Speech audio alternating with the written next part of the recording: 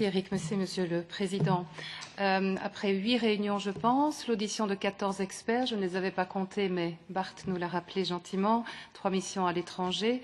Je n'ai pas le même avis que Madame McIntyre. Je trouve au contraire que le rapport qui nous est présenté, le rapport qui est maintenant sur la table et ouvert à discussion, est un excellent travail de base pour établir nos travaux. Je pourrais, moi, le signer à 2 mains immédiatement et je précise en disant cela que je parle en tant que shadow rapporteur du groupe libéral, c'est-à-dire comme nous le sommes chacun ici, je pense, équilibristes, les shadow rapporteurs dans des groupes qui ont parfois des opinions assez tranchées sur une question ô combien sensible. On a rappelé ici que nous étions le fruit de cette saga sur le glyphosate.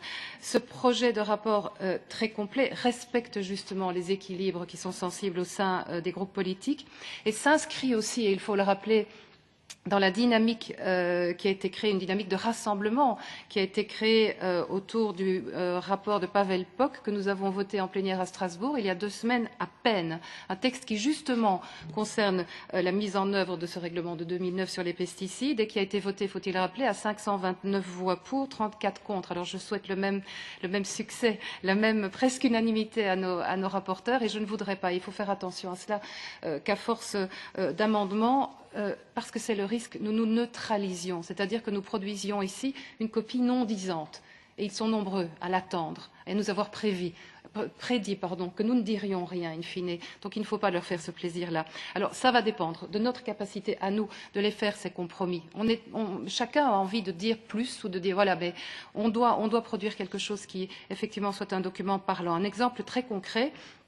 Je trouve, et je l'ai dit, je l'ai exprimé, nous sommes nombreux à l'avoir fait lors de notre première réunion, ça a été confirmé par de très nombreux experts, que ce double système d'autorisation, donc l'EFSA pour la substance active et les États membres pour le produit commercialisé, ce double niveau est bancal. Je rejoins Madame Kutelan sur cette question-là, mais le Parlement l'a approuvé en 2009, nous l'avons approuvé lorsque nous avons négocié avec le Conseil, et remettre complètement à plat aujourd'hui un texte qui a moins de 10 ans, je pense que ça risque in fine de présenter plus de contraintes et de contre-indications que d'avantages.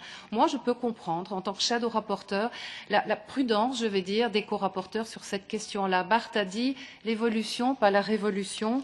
Je trouve qu'il fait preuve ici d'un pragmatisme qui est constructif. Pour entrer maintenant un petit peu plus, c'était Monsieur Linz, pardon, l'évolution. Ah, désolé. Je suis sûre que Bart la partage. Alors, pour entrer un peu plus dans les détails, je dirais que la plupart de mes points d'inquiétude, effectivement, sont à bord. Peut-être pas toujours dans le même ordre de priorité, mais ils y sont.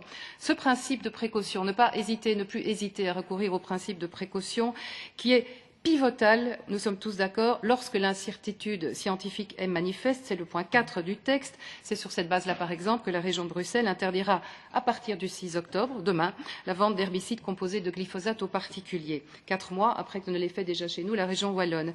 Quand la Commission, au tout début de la saga du glyphosate, en août 2016, a proposé une première prolongation de 18 mois, assortie de l'interdiction du seul coformulant POE tallowamine, et qu'elle a précisé à ce moment-là qu'elle le faisait au nom du principe de précaution, je m'interroge quand même sur l'entendement que nous avons les uns et les autres de ce fameux principe de précaution. Il ne dit peut-être pas la même chose à tout le monde.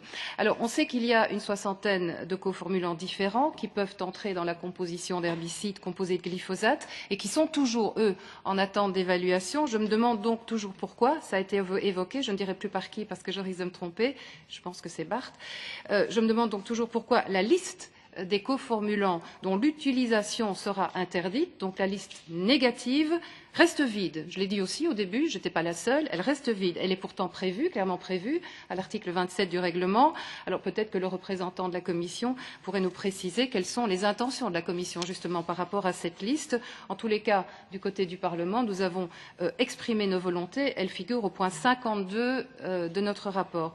Autre question à la Commission, plus technique cette fois. Nous sommes d'accord sur le fait que des composés chimiques comme les synergistes phytoprotecteurs et les coformulants doivent être soumis à une procédure d'approbation qui est similaire à celle des substances actives. Alors, de nouveau ici, pourquoi ce retard dans la procédure d'approbation? Monsieur le Président, il y a un petit problème d'interprétation, me semble-t-il, signalé par Madame McIntyre. I've tried 3 these headsets and it's... Oui, j'ai testé 3 casques, mais malheureusement, il n'y en a aucun qui fonctionne. C'est intermittent. Yeah, we're trying to understand. So. Oui, j'ai essayé les 3, j'ai essayé de les rebrancher, ça marche pas. Est-ce qu'il y a un technicien qui peut sauver Madame McIntyre? Ce serait quand même dramatique qu'elle puisse pas suivre le contenu de nos échanges. I don't think it's the headphones, I think it's... Oui, peut-être que ce ne sont pas les casques, ce sont peut-être les micros dans les cabines d'interprètes. Est-ce que nous pouvons Yes, faire un essai avec... Ah oui, c'est beaucoup mieux, en effet. Je crois qu'ils ont réglé le problème. Puis-je continuer? Je reprendrai là où j'en étais en essayant de conclure parce que je me rends bien compte, j'imagine que mon temps sera tout de même un tout petit peu allongé ici. Donc je parlais effectivement des synergistes avec une question de nouveau à la Commission. Pourquoi ce retard dans la procédure d'approbation par la Commission? Nous le précisons, nous le demandons au point AQ de notre rapport ici.